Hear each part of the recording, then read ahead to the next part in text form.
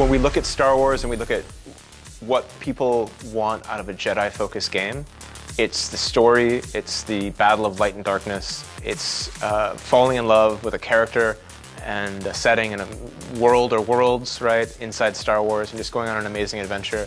And we felt we could best serve that demand with a single-player game that really just, let players kind of immerse themselves inside Star Wars.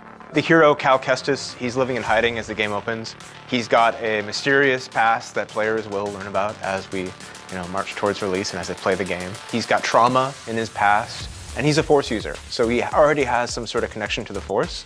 And over the course of the game, he'll have to develop and trust in his connection to the Force and sort of expand on his skill set of what he can do if he wants to survive and stay one step ahead of the Inquisition, which is hunting him.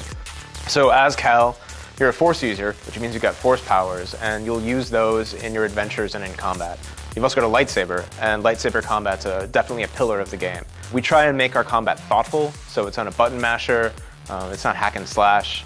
You'll have to really look at enemies and what their strengths and weaknesses are, and then sort of like deploy the right lightsaber move or Force ability to get through the challenge. At the same time, Star Wars is a really wide audience, so we want to make the game as accessible as possible to anybody who picks it up and plays it. It's going to be fun.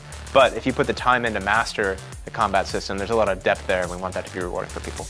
Accompanying Cal on his journey will be BD-1, who's his buddy droid. He's a companion droid. He's Cal's best friend. It's kind of like a boy and his dog, and they're inseparable. And BD-1's more than a sidekick. He's got his own story, his own agenda, and he's really Cal's kind of equal partner on this story. And then there's Seer, who you saw in the trailer, who's Cal's mentor. She's a former Jedi Knight, but she's kind of an unconventional mentor and kind of occupies the space, unlike something that we usually see for mentors in Star Wars.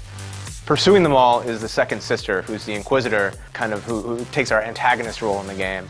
She's exceptionally intelligent, ruthless, and is going to be a real challenge for Cal to survive.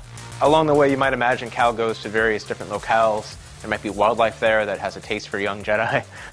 There's a whole wide range of things that'll get Cal killed over the course of the game.